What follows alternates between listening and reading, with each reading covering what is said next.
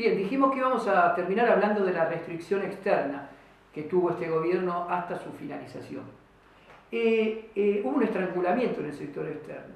Para nosotros, ¿qué conocemos de restricción externa? Ustedes conocen la restricción externa tradicional, es la que vimos con la industrialización sustitutiva de importaciones, el modelo de stop and go, y ese modelo que no se hacía sustentable porque faltaban divisas.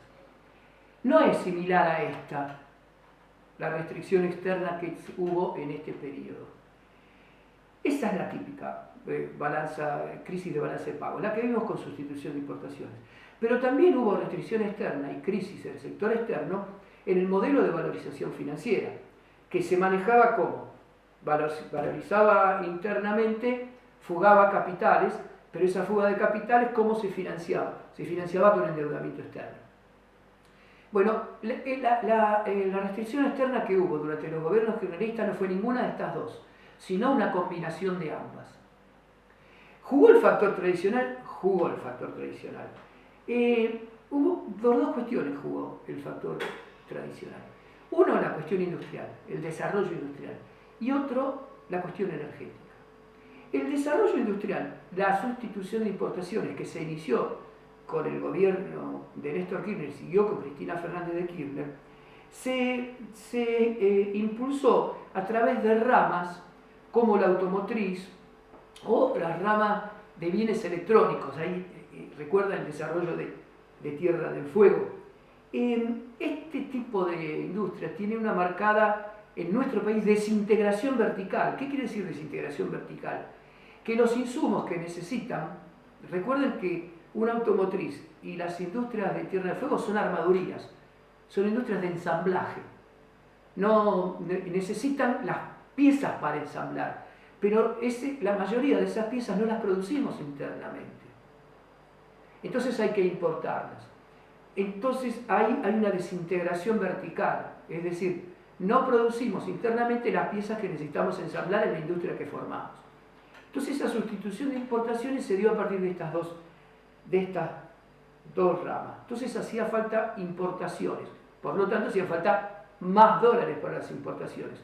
Cuanto más productos electrónicos consumíamos, cuanto más autos comprábamos, que hubo venta de autos fuertes, que hubo venta de televisores fuertes, computadoras, celulares que se hacían en el país. ¿Por qué? Porque había con qué comprarla, porque había poder adquisitivo. ¿Recuerdan lo que les conté de los salarios reales en el video anterior? 50% había aumentado el poder de compra. Entonces se compraba. Entonces cuanto más se compraba, más importaciones hacía falta. Hasta ahí la parte del factor tradicional. Seguimos en el factor tradicional. Y en segundo caso, se provocó por este mismo crecimiento de la industria, que como ustedes ya saben necesita mucha energía, una crisis en el sector energético.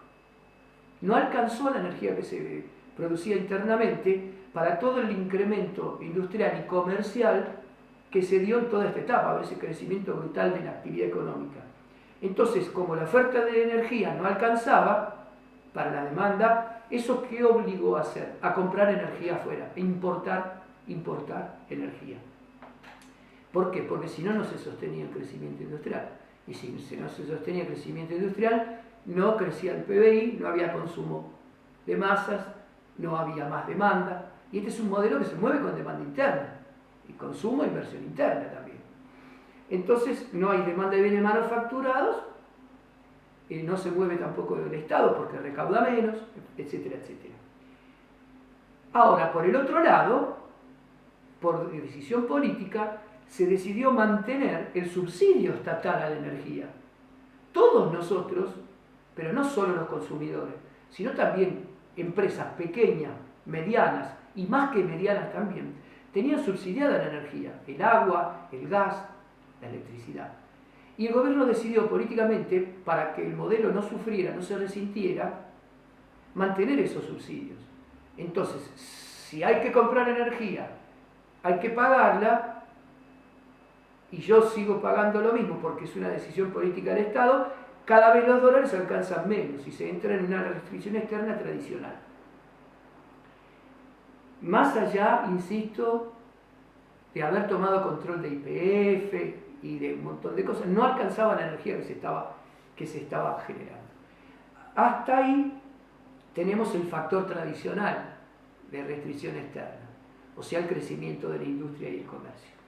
Pero hay un sector que no es tradicional, que produjo un impacto también en el deterioro del sector externo.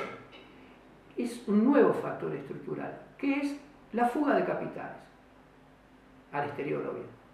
Ahora usted me dice, bueno, profesor, pero fuga de capitales también usted dijo que hubo en el 2001, que hubo en el 2002, que hubo durante la dictadura.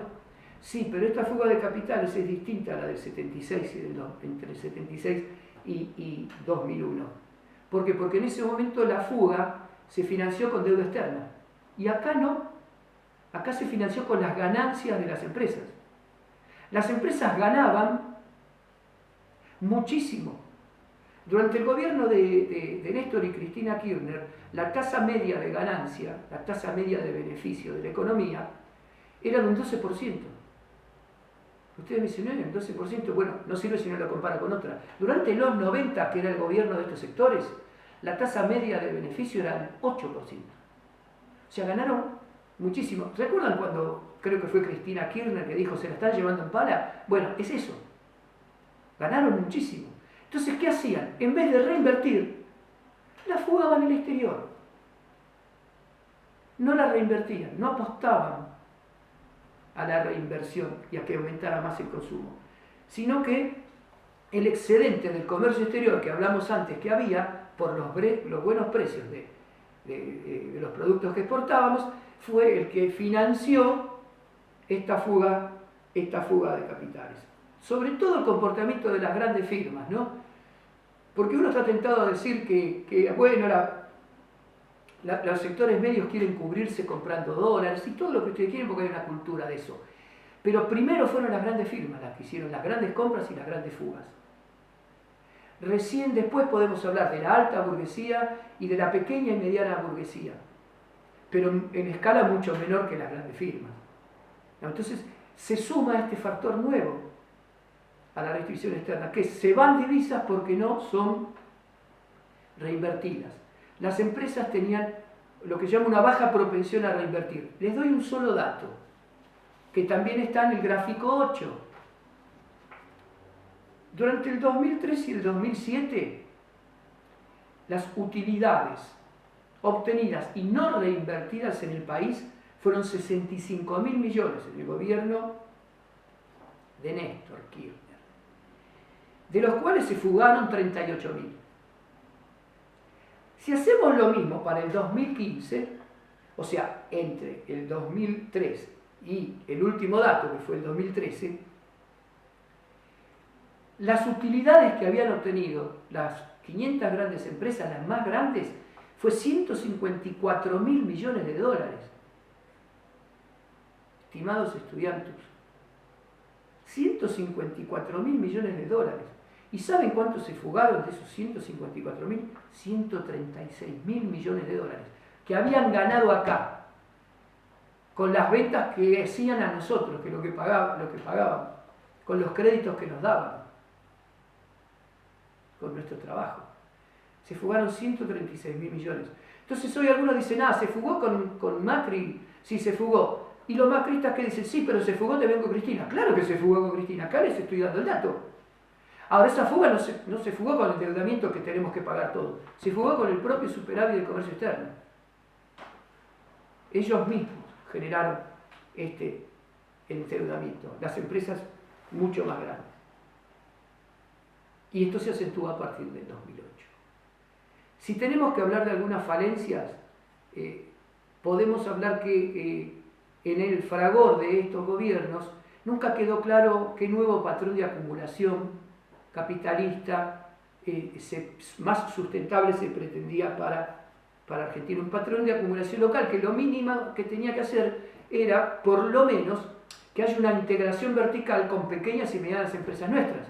Es decir, que parte de esos pedazos de cosas que se armaban, esos insumos que iban a las armadurías de Tierra del Fuego o los insumos en la industria automotriz, que muchos de esos los proveyeran las industrias pymes o las no tan pymes pero que fueran nacionales, o que haya una mayor integración vertical. Por lo tanto, no hay tanta demanda de divisas y hay más creación de valor interna. crece más la economía por la creación de valor interno. Eso, impulsar esa integración vertical, si bien se intentó, con Débora Giorgi creo que se llamaba, si bien se intentó hacer algo así, se llegó en muy poca escala, muy poco grado. Y lo otro, y que no es poco, el Estado no logró tener la suficiente fuerza, potencia, desde lo estructural, quiero decir, como para poder direccionar, como para poder dirigir a través de su intervención el excedente que se iba generando. Porque si hubiera tenido ese poder, no se hubieran fugado 136.000 millones de dólares, se hubieran direccionado para otro lado, pero el Estado no logró formar un poder de tal magnitud como para poder evitar eso. Entonces, si hubiera logrado evitar eso, tal vez se hubiera podido ese dinero reinvertir, incrementar el bienestar general y aumentar la progresividad en la distribución del ingreso. Inclusive haciendo crecer mucho al sector público, a las empresas del sector público. Pero bueno, estos son debates que hay que darse, ¿no es cierto? Que se tienen que dar porque es necesario que nosotros discutamos qué tipo de país queremos en el marco de lo posible en esta época histórica.